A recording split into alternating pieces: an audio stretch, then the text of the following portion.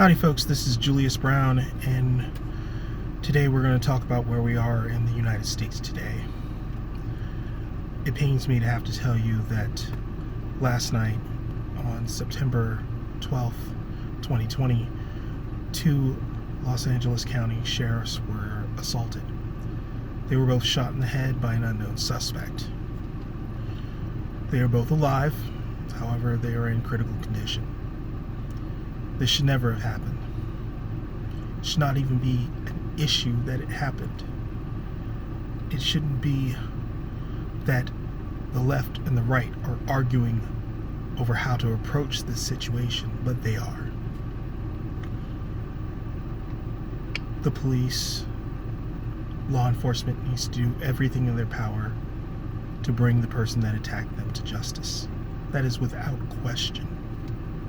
No matter who it is, they should face justice.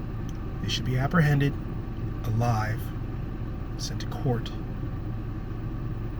to face a jury of their peers for their crimes. Now, with that said, this is already a political situation. The president, Republicans in Congress, many on the right, people on the left,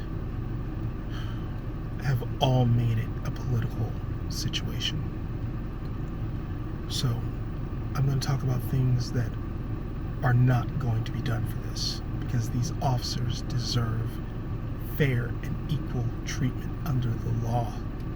They deserve our best foot forward. They deserve law enforcement's best foot forward to bring justice for what happened to them. We're not going to talk about how the video only shows part of what happened and that we need more evidence before we can start building a case like they did with George Floyd or Ahmaud Arbery. We're not going to ask why the officers were parked on the side of the building or why was the vehicle not in the street, because it doesn't matter what was going on when these people were attacked. Not like with Ahmaud Arbery. We're not going to examine their criminal history, because what does it matter? What happened before has nothing to do with what happened then and there, such as with George Floyd, Ahmaud Arbery, Breonna Taylor, or Botham Jean.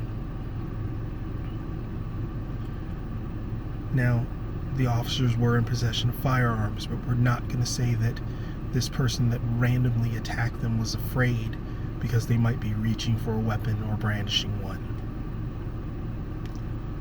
Not like with Ahmaud Arbery or Botham Jean. We're not going to say that the gunshots may not have been what caused their injuries. Not like with George Floyd or Botham Jean. We're not going to ask for a toxicology report like with George Floyd or Botham Jean.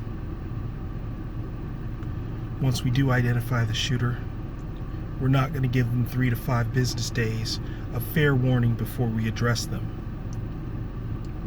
It's not going to be no arrests, no detention, no police contact whatsoever, like there was for the murderers of George Floyd, Ahmaud Arbery, Breonna Taylor, and Botham Jean.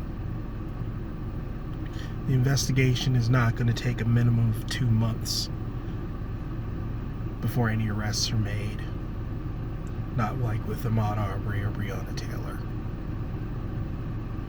Oh, and if the shooter confesses, replays their crimes, recounts the incident, writes it down, and turns it in as part of the police report,